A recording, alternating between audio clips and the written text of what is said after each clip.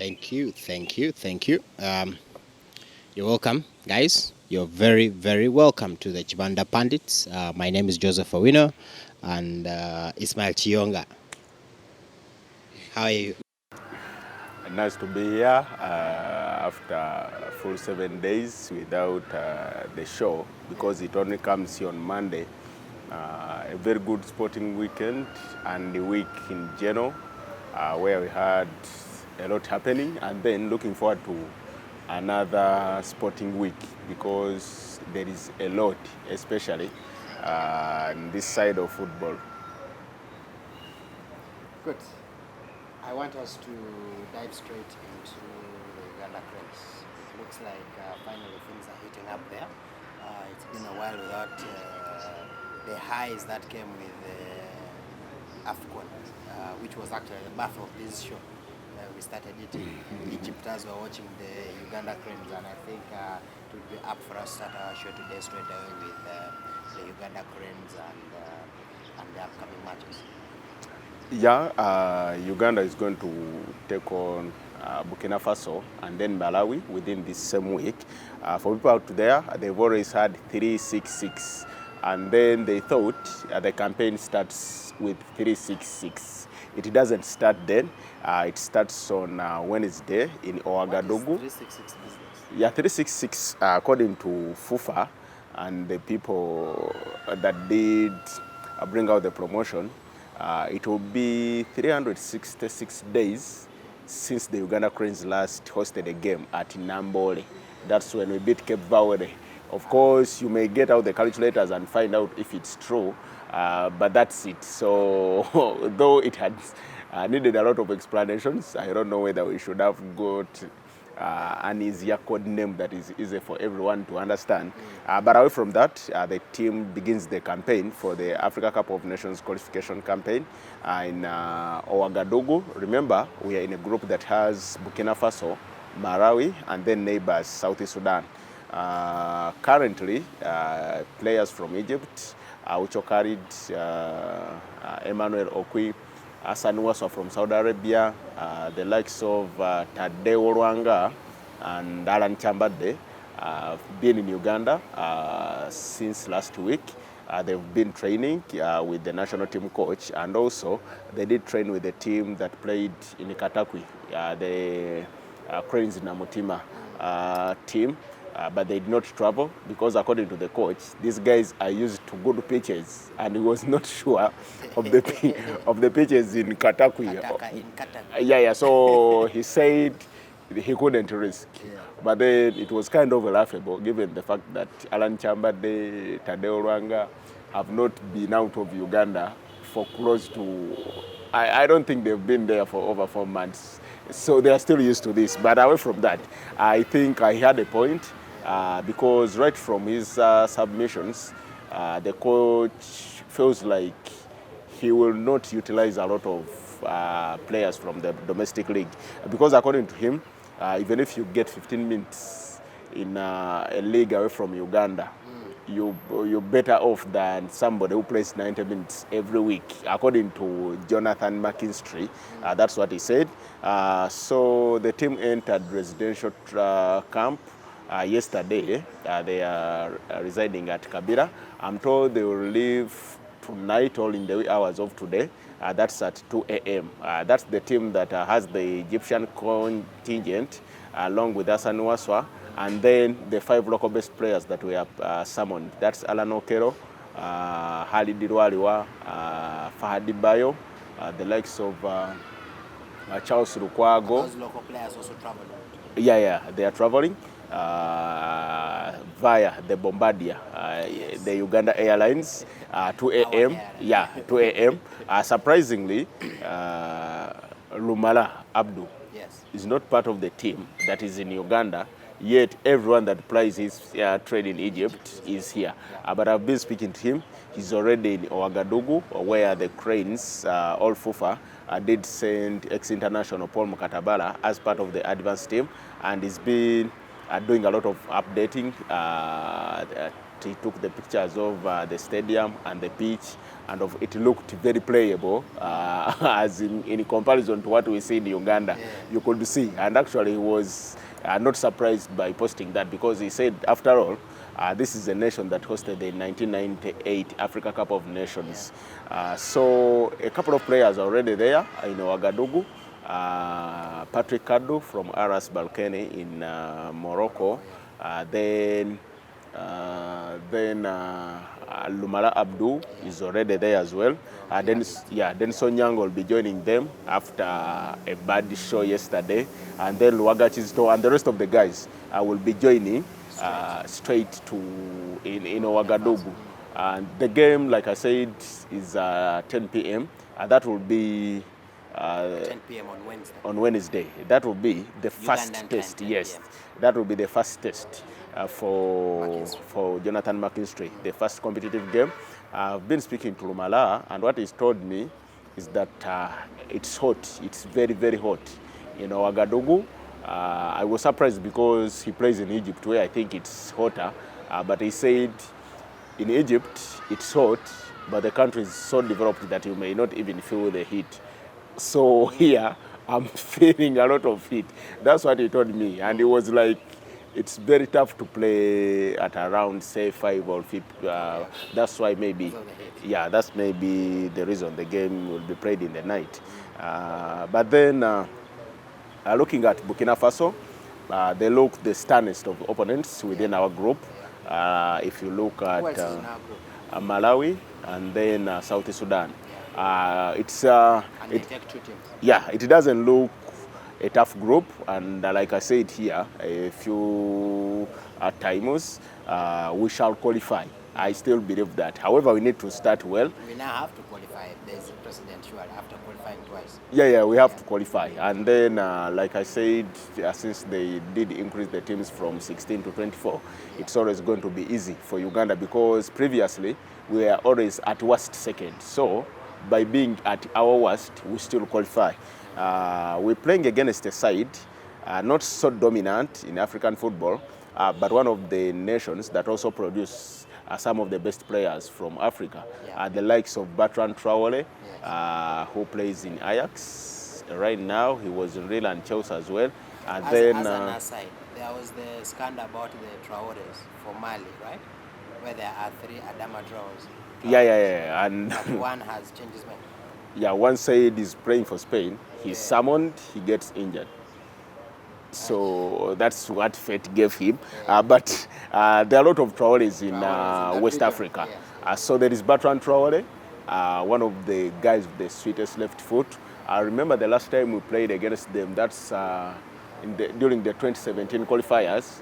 He did cause a lot of problems for both left backs. That was Joseph Ochaya and Isaac Amuleme. And in a chat with Joseph Ochaya after the game, because he was left for dead, he said before the game, Coach Mitchell wants him of a Traore, who is Alain. Alain right now plays in RC Balkany with Patrick Kadu. So he's the one he knows. And then looks at the lineup, the squad is out, the teams are out for a photo, and he does not see the Traore he knows. So he says it's okay. Kumbe, the other real Traore, okay, the young one, because they are siblings. Alain is the elder brother to Bertrand. But he's not the only person that they should look to. There is Aristide Bansi, the big center forward. He currently plays with Roberto Donkala in Horoya. He's the reason Kenyan teams are out of Africa, because he did score 3 against Bandari, that is in Guinea, and also scored 1 against Bandari again in Nairobi. Aristide Bansi, very experienced, big center forward, so he will have to ask questions there. And then Charles Kabore, one of the people that I rate as very, very intelligent, a central midfielder who plays, does he play in Russia? Very, very intelligent as well. There is Lassana Traore, plays in Ajax as well. So they have the big names. But basically, it is a good team. Yeah, it's a very good team. It's a good team, composed of players that most apply their trade in Europe. But of course, if there are teams that Cranes always enjoy playing against, are the teams with the big name players. Yeah, it's not a surprise that they may go there, do a very good job, get a point or three, but then fail away in Malawi because of complacence and then this giant killing mentality. I think we should move away from that. From Uganda, the latest is that Ronald Muchibi has pulled out of the squad due to injury, and no announcement has been made of whether there will be a replacement. But remember, Ronald Muchibi was part of the team that played in Egypt, the Africa Cup of Nations. Of course, not having the best of games when we played against Zimbabwe, but he's been part of the team. And then Isaac Amuleme, Joseph Ocha, no, Isaac Godfrey Rusindi. Yeah. First time the Cranes are having a very competitive game without him in over 10 years because of his retirement. It will be a new technical team that has Abdallah Mbiru, Jonathan McKinstry, and Charles Livingstone in Babazi. What kind of predictions do you foresee? It's a tough one. Uganda previously has gone on and did well away from Uganda. Playing away from home. Yeah. You could see we've got some good results. But Burkina Faso also is aware that if you are to go through this group, you have to get points off Uganda when you host them because you're not sure of what will happen at Nambole because of the very decent record you have around. I see a tough one that may end in favor of Burkina Faso. Like a slim win. A slim win, or a draw for Uganda. But a draw is a good result. Yeah, of course, it's a very good result because previously I was talking to one of the coaches on the technical bench, and to him, he feels this is a group, not as easy, but he feels we can beat South Sudan home and away if we are serious.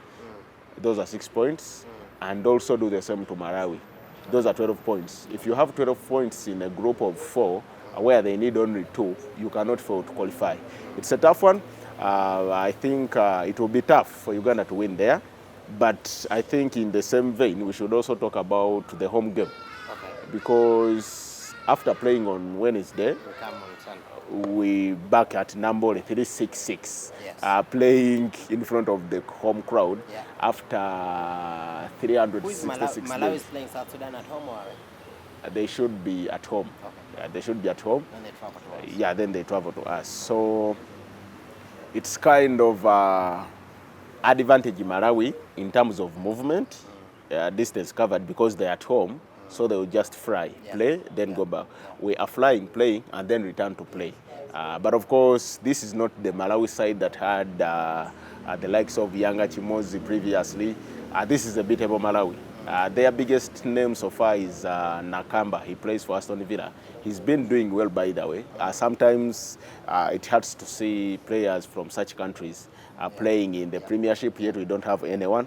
He's done well. I remember one of the games against... He's doing well in Turkey. Yeah, of course, but we would love to see Mia in England or Spain or France, a league where we all watch him because not so many have access to watching the Turkish league.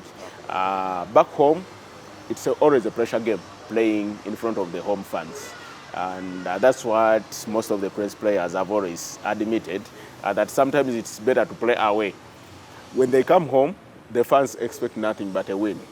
It will be the first time for most of the players, some of the players, to play at Nambole for the Cranes in a competitive game.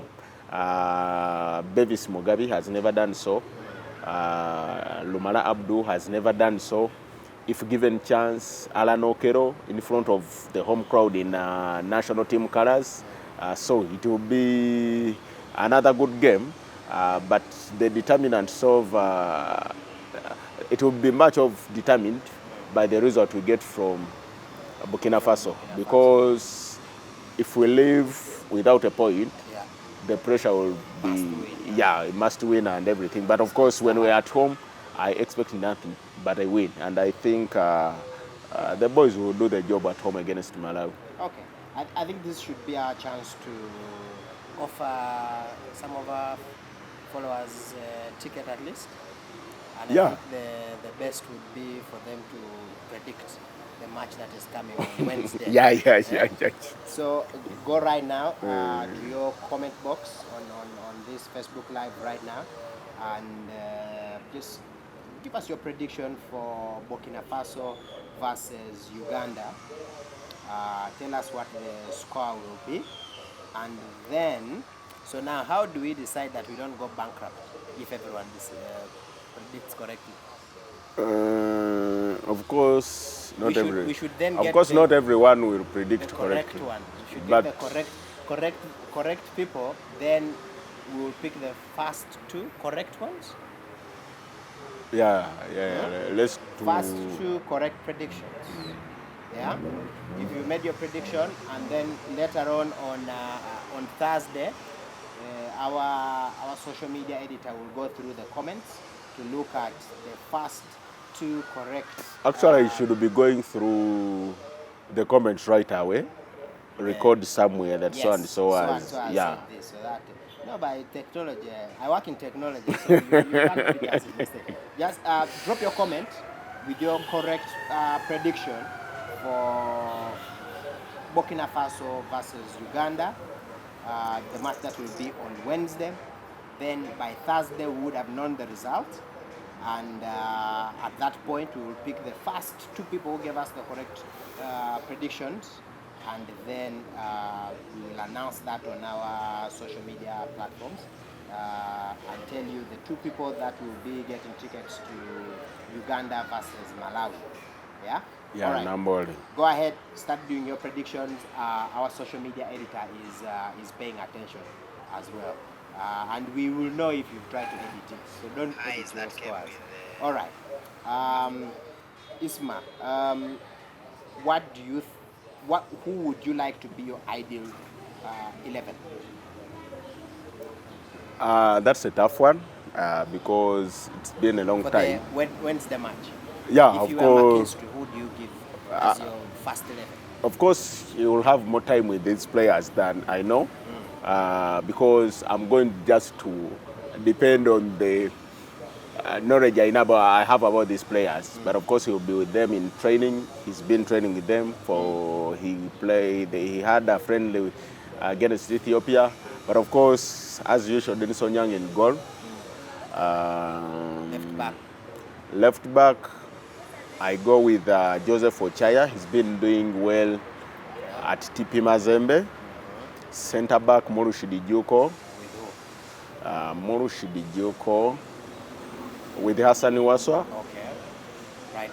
Right back, Bevis Mugabe. Of course, not the fanciest of right backs, but because of the job he did in Egypt, and also the fact that we are playing away from home against very tall players. And then in front of them, I prefer Aucho Khalid, and then Mike Azela, also part of the midfield.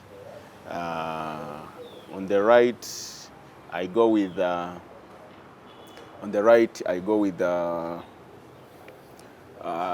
William Ruaga Chizito. Okay. He looks rejuvenated from the 2 games he's played. And then on the left, I go with Emma Okwi. That's I'm trying to do a 4-3-3.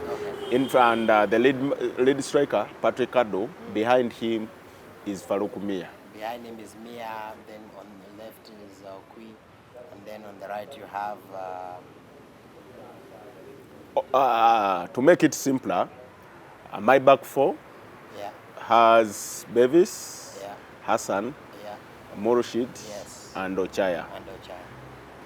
My sitting two, of course, I prefer a 4-2-3-1. I don't know why, but I've fallen in love with it. Okay. My two sitting midfielders, Aucho and then Mike Azira, depending on form, because I've not watched him for a while now. Okay. But recently, I've fallen in love so much with Tadeo Rwanga, so I could also have Tadeo and Aucho because we are playing away from home. Anyway, Azira and Aucho. That's the 4-2.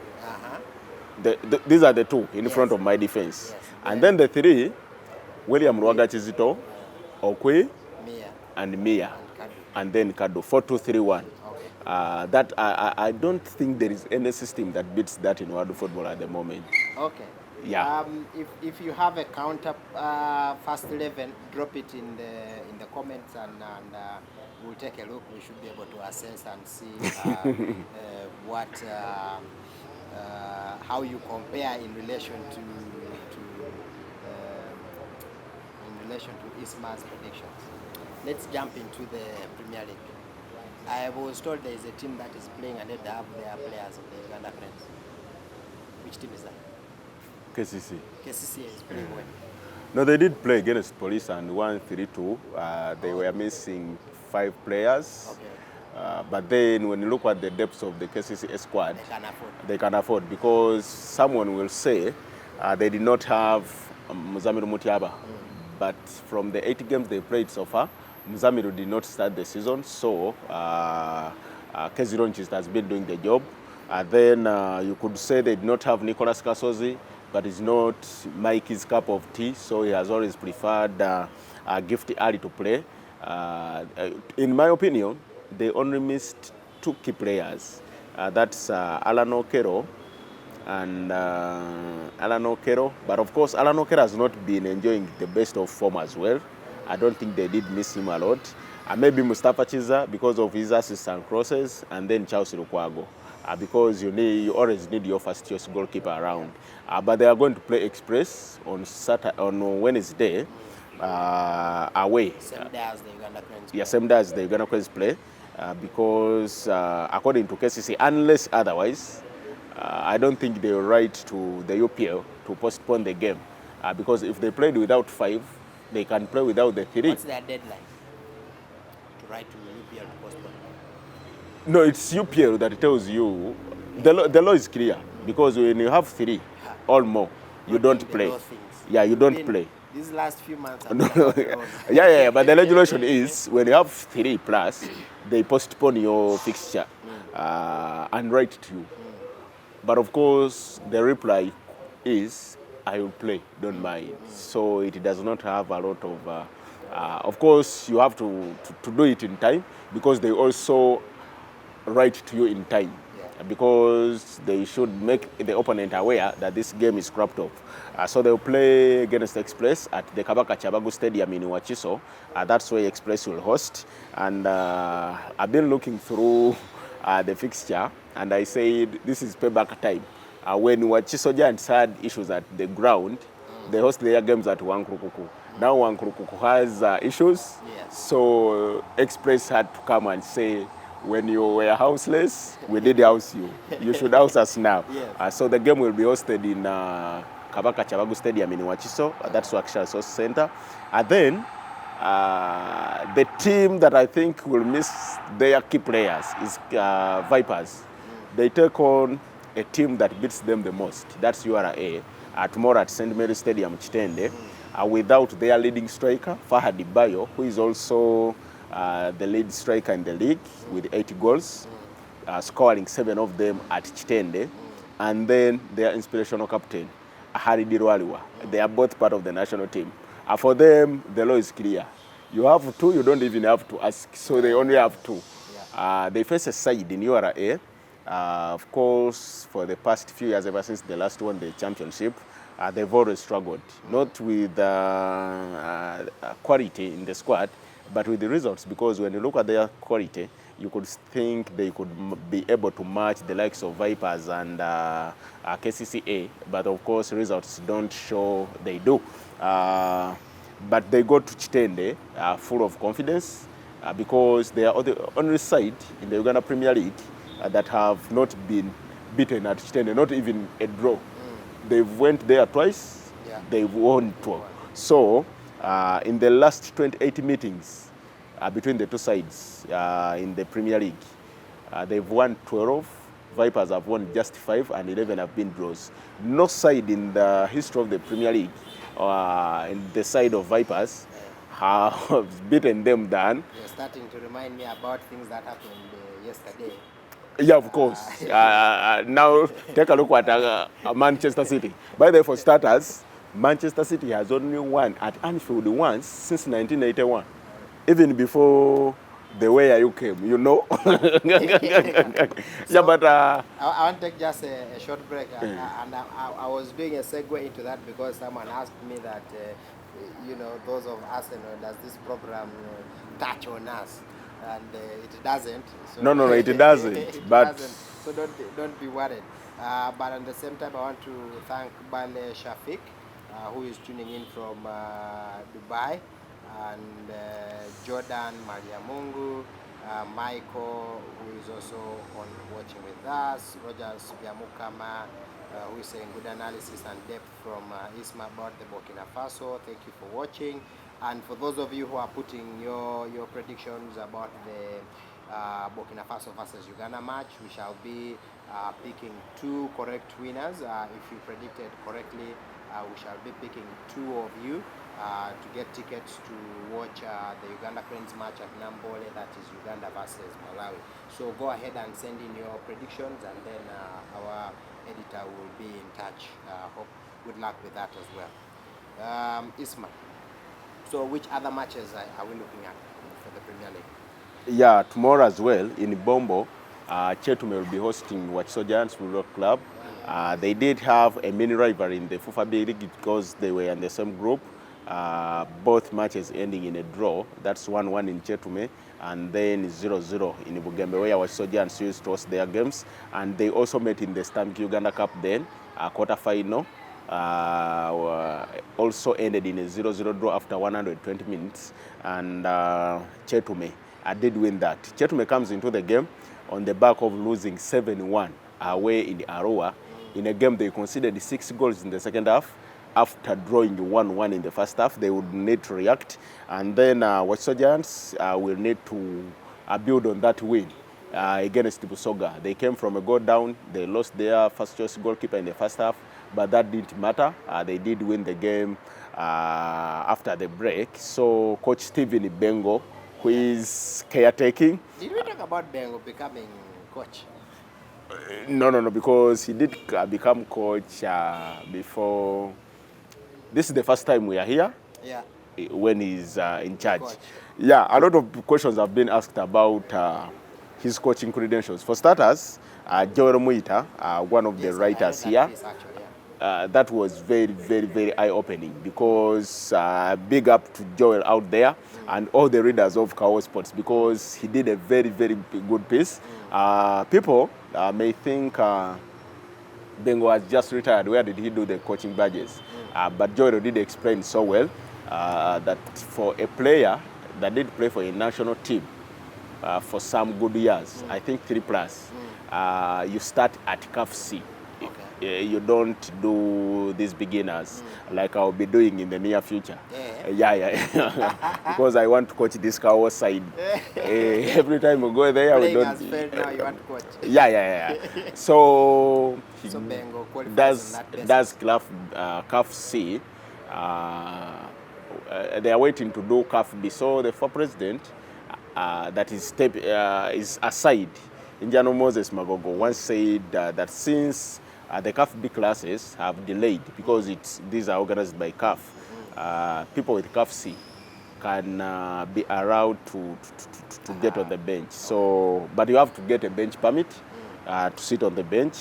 And so Wachiso did acquire that. That's why Bengo is on the touchline, and he seems to be enjoying his job.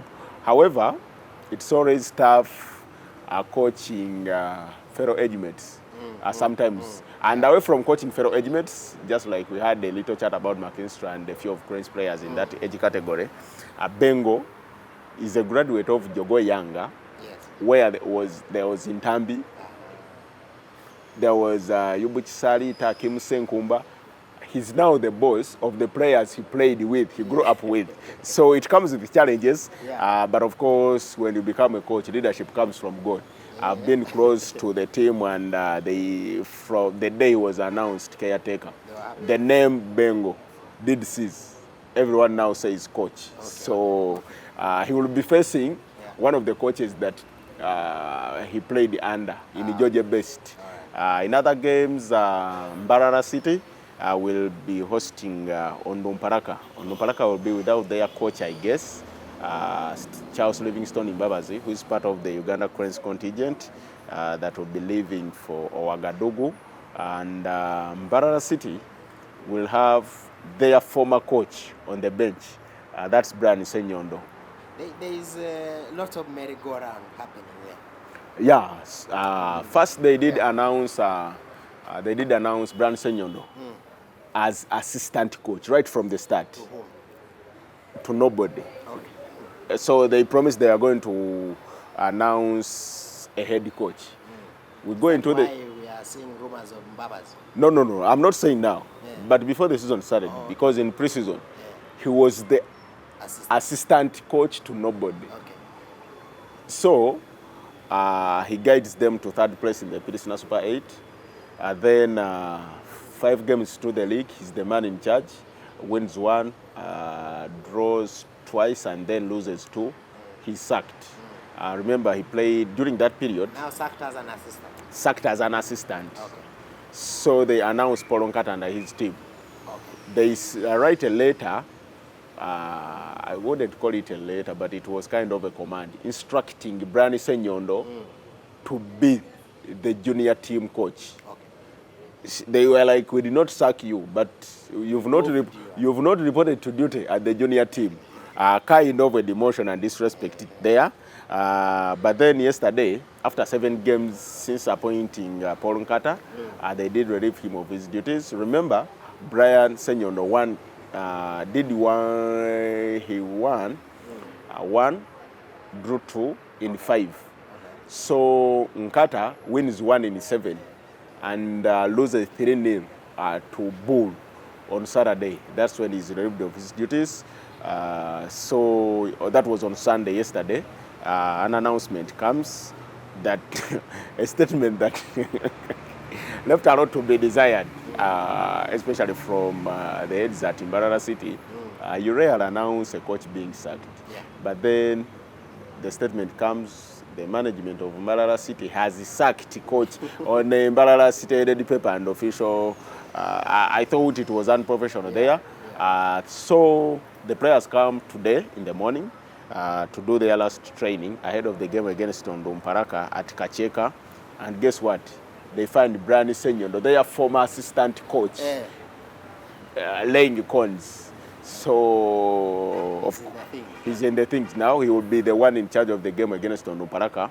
Although reports have also come out that the management has had talks with Charles Livingstone Mbabazi, who looks unhappy at Mbarara because previously he was quoted by one of the local websites that there is a lot of financial constraints in Mbarara, so the boys are not giving their all.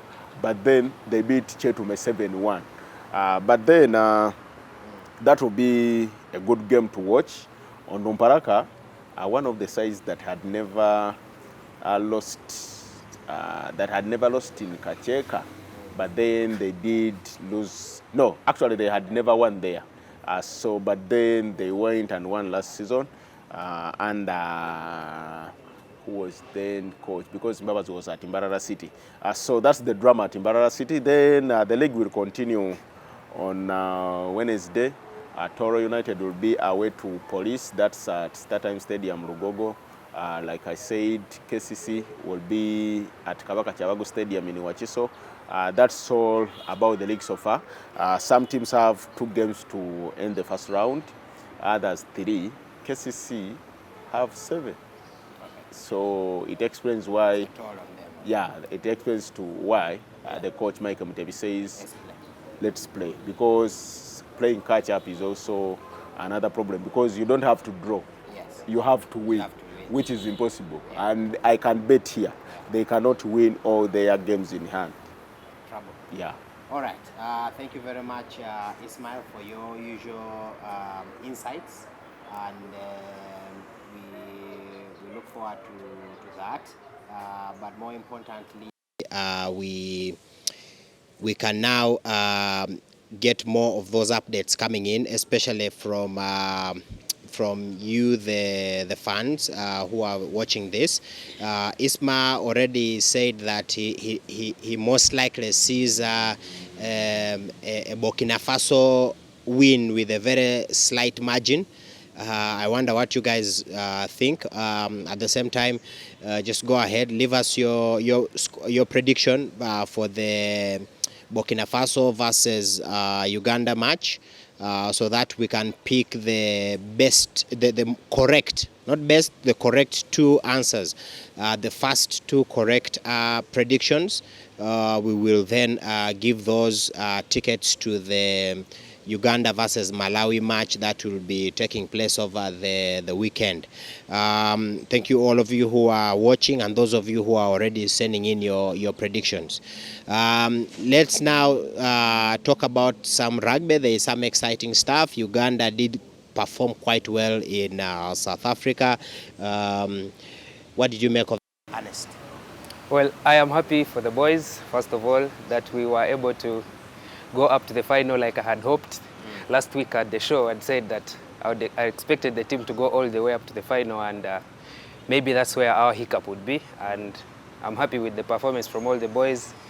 But we stand with Captain Michael Okorach, who got injured at the tournament and looked to be in a quite scary shape, as he had to be stretchered off, he had to be driven off the pitch with neck supports and some breathing support, but we hope he will be back to full health and back in great shape as soon as possible. Yeah. But starting from there, I think we need to thank the whole team. We need to clap our hands for the national team for playing very well at the Africa Men's Sevens, a tournament we won back-to-back in 2017 and 2018. And then we lost to Zimbabwe in the semi-finals in 2018 in Tunisia. So we came back this year a bit more organized, and we went on to the final where we lost to Kenya by 27-0. I think that performance against Kenya was a much, we would say a much more, it was a message from the Kenyans to the other rugby fraternity that the Africa Men's Seven is business time, knowing that it is easier to qualify for the Olympics through the Africa tournament than through the repechage. But Uganda we were outclassed, I would say, by Kenya. That is 27-0 in the final, and we had to settle for silver after ahead of Zimbabwe, who settled for bronze. In the tournament, we played very well. I think against the other low sides, we were very dominant in the games against Madagascar, in the games against Senegal. The ones you can beat. Yeah, the ones that we can beat, putting up very, very strong scores. And I think that will help us moving forward. We get a second chance to qualify for the Olympics through the Olympic repechage that will be played in June next year. For me, and I think for other people that have been following rugby, it is going to be a much, much stronger, we shall going to face much, much stronger opponents in that tournament. And the team will need to prepare a lot more, and we'll need all the resources that we can possibly get to get ready for that tournament, knowing we'll have faced sides that are like us from other continents, from other competitions. So I hope the team is now ready, is back, and they are already preparing to prepare for the repechage tournament so that we can feature at the Olympics. But on the local scene, we had the Uganda Cup semi-finals, and two double-headed matches at Kings Park Arena on Saturday, with Heathens taking on Pirates as the hosts, and then Cobs later in the second semi-final playing against Mongers. Heathens were very dominant in a fair game. There were no excuses. They were strong, they were up to the purpose, they were up to the task, and they beat the Pirates by 14 points to 3 in a game that Pirates had no there was no way through for them, camping in the Heathens 5 for close to the whole of the first half, but not coming off with a single try. But then that wasn't the talk of the day. The talk of the day was how Cobs and Mongers, in a game that we thought would be largely one-sided, turned out to be a close affair. Because for such a game to end 19-08, with, yes, we had a great game from the debutants from both sides, but Mongers put up a very good performance as the dark horse in the tournament and gave Cobs a run for their money. But Cobs were destined to go into the final from the word go, and they will be facing Heathens in the final at the same venue, Kings Park, at 4 p.m. on Saturday this weekend. In the other big game that will be played over the same weekend, Impis and Rams will be facing off in the Uganda Cup Shield final. It is a very hot derby that has been born at the graveyard in Makerere, and Impis were off the University Derby against Chambogo, a game that ended with a 1-point gap. And of course, I would love to say this, that one of my best friends, Henry Sekuye, scored all the points for Makerere Impis in a game that ended 13-12, 1 try and 2 penalties. But I am very happy for him that he is able to play again and send his team into the final. They are going to play Rams, who beat my side. I play for Sailors. We played Rams on Saturday at Makerere Impis, and we lost by 10-3. A try that was called on the last play, and we couldn't believe that we couldn't win, but kudos to Rams and Impis for playing very well and being dominant in their games, and we hope they will have a fair fight, and maybe one of them will get to win that tournament, the Uganda Cup Shield final. In the other game that will be played on that day, there's going to be, unlike has always been the Uganda Cup third place playoff being played the previous day, it will be played on the same day in an early kickoff at noon. So it's going to be a day full of rugby, bumper to bumper action for us on Saturday as Pirates take on Mongers in the third-fourth place playoff match. All right. Yeah.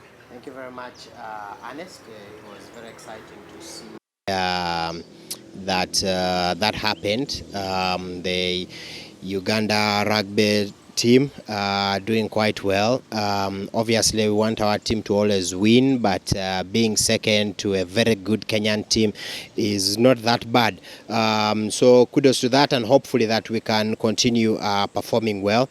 I just want to give a few shout outs to those of you that are watching. Roger Mo, Bali Kudembe, thank you for watching. Those of you who are predicting for the match that is taking place on Wednesday against Burkina Faso, the first 2 correct predictions will get you tickets to the Uganda versus Malawi match on Sunday. I see predictions by UM Asuka, Glenn Marcus, Priscilla Akiki, and all of you who are predicting as well. So that is good. And speaking of the national teams that we have national teams in place. Speaking of the Uganda Cranes, we had the Rugby Cranes do quite well in South Africa, and then Uganda also participated in the 3x3 basketball that was hosted by Uganda.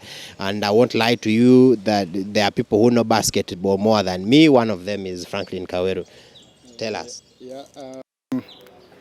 Thank you, first of all those who are watching this show and following it every Monday. As we had given the information last Monday that Uganda was hosting the 3x3 African Championship or the African Cup. They did not disappoint, to be honest, much as they did not win the overall trophies. But we do think, first of all, to start with the organization, it was quite well organized, and that is a big kudos to the organizing committee and FIBA for organizing such a good tournament. There were no major setbacks, I mean glitches that you can point to, and also for some reason rain stayed away. It was an outdoor event. It has been raining every day, but it stayed away for those 3 days when the tournament was going on. Now, Egypt, they were participating for the first time, and they were dominant. across the board. They won the men's trophy, the senior men. They won the women's major trophy, and they won the boys under 18. As we've been following African basketball, Mali is such a force when it comes to underage teams. And after winning the African Championship of the mainstream basketball in Rwanda, they came and extended that dominance to the 3x3 as well, winning the juniors event in the women's category. But Uganda was not far behind because in the under-18s, the girls, they were finalists, so they settled for silver, which is very great. I think one of the, at the moment, the best basketball prospects at the moment in the country. The short girl, Firdaus Namleme, and one of the tournament best players probably at that. She's very promising despite her size, and we think it is good things coming in the future. Also, in the under-18s, the men couldn't go to the finals, but at least they settled for bronze. They finished third, which was quite impressive, given how competitive the under-18 men's category was. Now, as we know, the women, the top-ranked 3x3 country, of course. Unfortunately, they couldn't get to the finals as they lost to eventual winners, Egypt, in the semi-finals. But of course, they dominated Nigeria to take that third place, and it was an impressive show from Rita Imanchime, who I think is the only player in the local, in local basketball, who has the green light to shoot anytime she wants and from anywhere. And she did quite well. Of course, she made the tournament All-Star 3, and it's only good things coming. I think if you're to judge from what happened at the hockey grounds, the future is really bright for the 3x3 basketball, which has just been introduced in the country almost, I think, like 4 years ago, or 5 years ago. And you would think at this rate at which we are going, probably the only thing that is missing is playing consistently, probably a 3x3 league or something like that. But I think that is something FIBA is going to look into, because in the past there was a small arrangement in which there were 3x3 games during the league games, and those would happen before the games. Probably the federation can consider bringing it back again. Now, again, after taking a break due to several international tournaments in which local clubs were participating in, the National Basketball League playoffs returned, and they returned this week with the second round. The matches start on Wednesday, and in the women's category, JKO Dolphins, who are the defending champions, will play KIU Rangers in one of the semi-finals. And one thing that JKO Dolphins has managed to do is to split the dominance of UCU and KCC Leopards. Basically, what they are doing is they are setting them up to meet before the finals, which you would think it's a good thing, given how dominant UCU and KCC were in the yesteryears of the game. You would think JK will have no problem dispatching KIU Rangers in the best of 5 series, probably by Wednesday next week. JK Dolphins could be in the finals, given they have the best players in the country. Okay, most of the best players in the country. You'd think they shouldn't have any trouble beating KIU Rangers, probably 3-0. Also starting on Wednesday is UCU Cannons playing Power. UCU Cannons have, okay, you would say by far being the best team in the country, at least during the regular season. The boys were flying throughout the regular season, and you'd think Power is going to have a lot of trouble if they are to overcome the UCU Cannons, the young boys of UCU, who are well coached by probably one of the best coaches in the country, Nick Natweleza. Unlike Power, UCU have got a lot of ammunition. on them. They are good in transition because they are youthful, they can run, and they are also good in setting up the plays. And they have quite very good shooters in Isaiah Tell, of course Fayed Bali, and they are quite a very solid defensive team. I would think Power is going to have really a lot of trouble if they are to overcome the Young Boys. But also looking at the side of Power, you can probably point to the experience they have in their squad. Cyrus Chividi, Joseph Nkong, they have been around for a while, and you think, given it is the business end of the season, they are probably going to make some adjustments and all that. You'd think Power is going to put up a show. This is one of the series that probably could be difficult to predict. Maybe it could go all the way to 5, or maybe. But if regular season form is anything to go by, probably you can have an edge in this series. But given the experience of Power, you really cannot rule them out. Now, basketball will still continue on Friday with the second phase of the playoffs. And this time, KCCA Leopards will be playing UCU Lady Cannons in the first game of the best of 5 series. And I think this has been the most regular fixture over the past, I think since 2007, since UCU came into the top flight.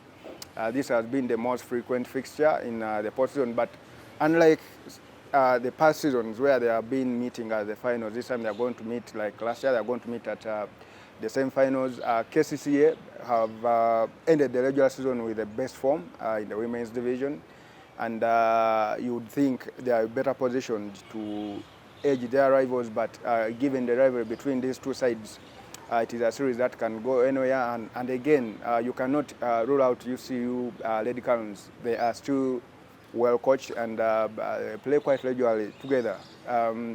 So if you were to say who is going to edge this best of 5 series, it's really difficult. But most likely, I think KCCA have an edge. But you cannot rule out UCU Lady Cannons. Now, the other fixture over the same finals is between 6-time defending champions. I mean, they have won the last 6 championships, State Oilers, and they are playing Warriors, who were the last team to win the league before State Oilers started their dominancy. Warriors have good players, but they don't have a team.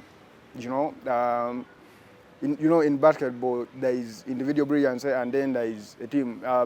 Most cases in playoffs, one player cannot win you a game. You need to play team basketball. And one thing that Warriors have struggled with is playing like a team that trains together.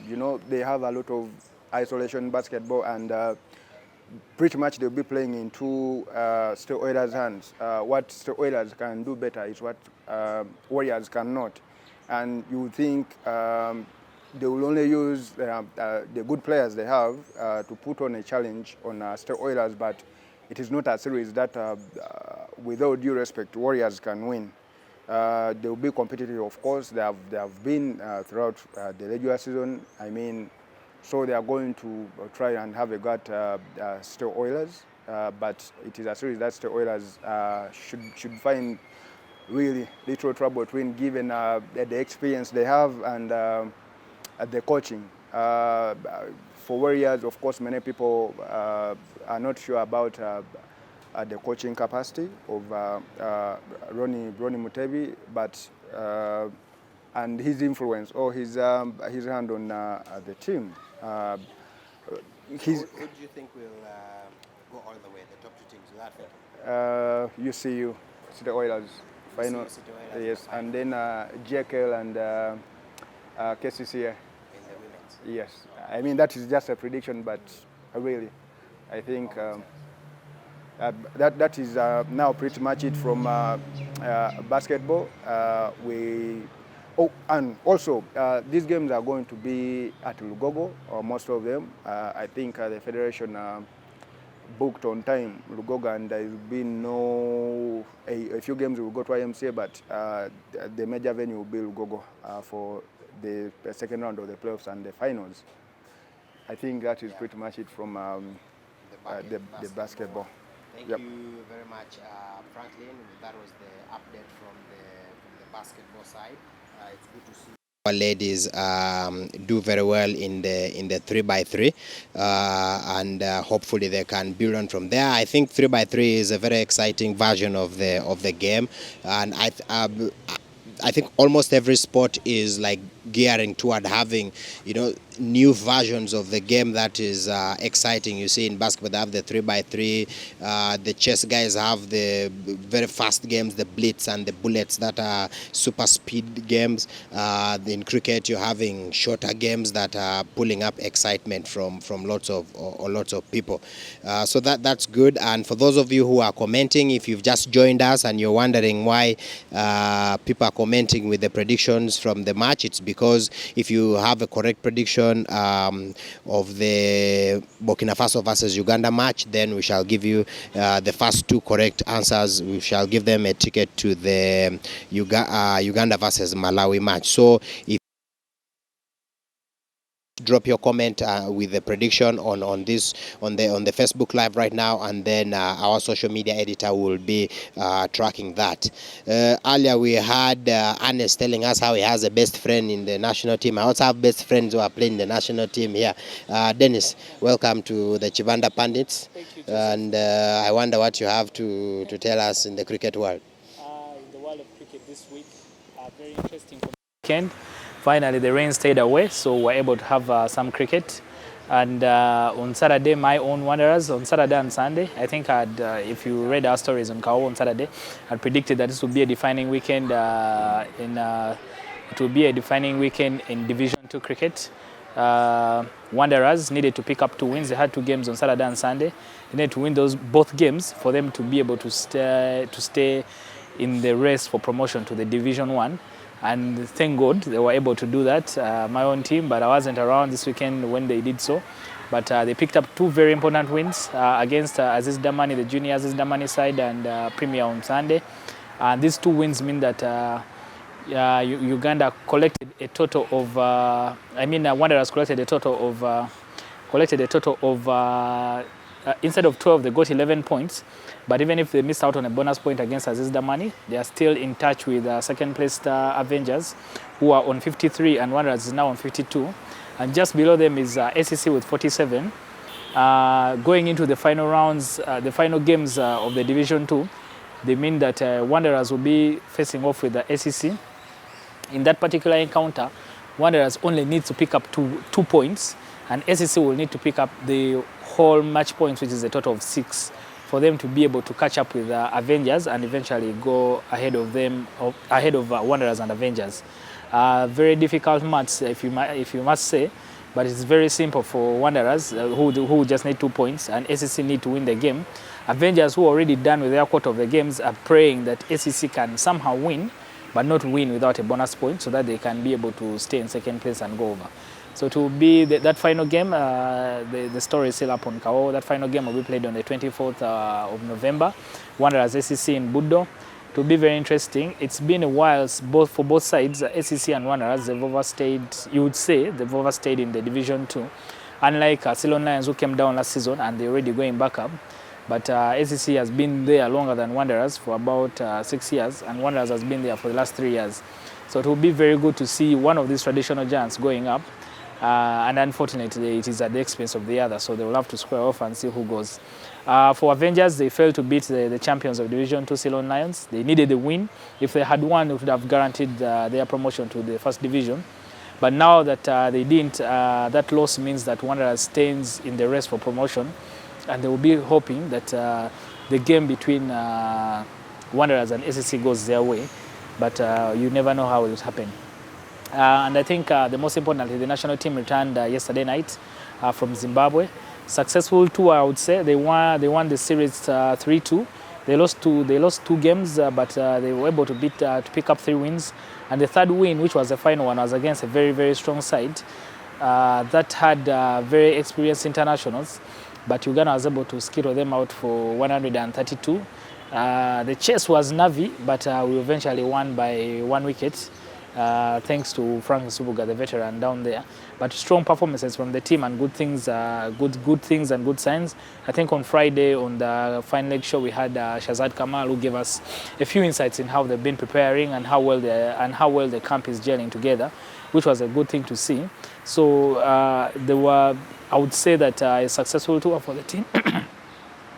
Now that they've returned, they will be naming the final 14 players who will be going to Oman for the first round of the World Cricket League.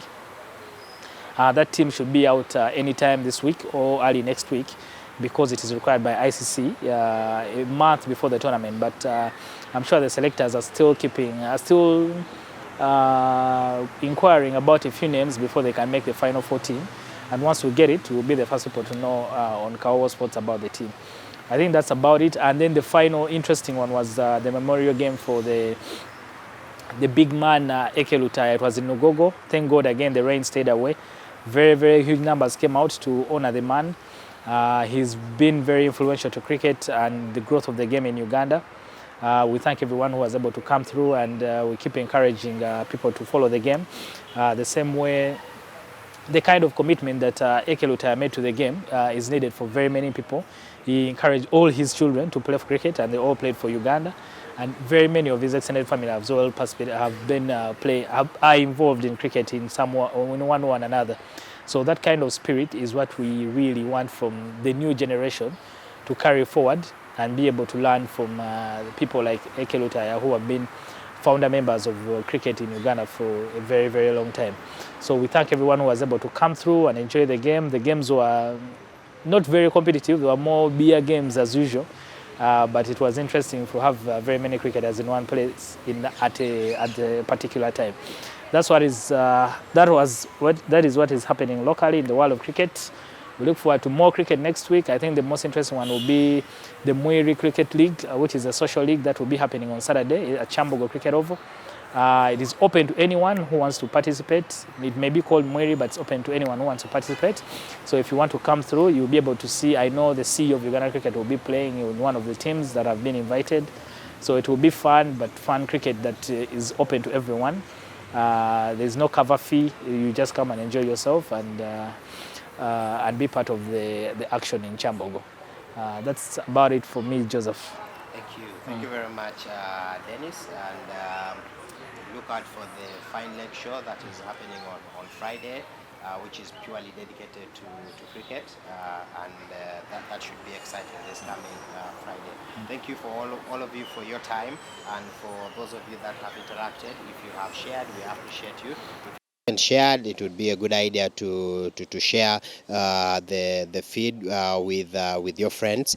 For those of you who haven't predicted, you have your final seconds before you send in your predictions. If you send a correct prediction for the Burkina Faso versus Uganda match, we shall pick the first two correct predictions and give them tickets to the Uganda versus Malawi match. So you have a few more seconds to send in your predictions if you're interested. Otherwise, thank you all for your time, and we appreciate those of you who have commented, those of you who have shared, and keep up to date. Just follow our other social media platforms. On Twitter, it's at Kawowo Sports. On Instagram, it's at Kawowo Sports. We also have a YouTube channel, or just go to our website kawowo.com for all the information that you want.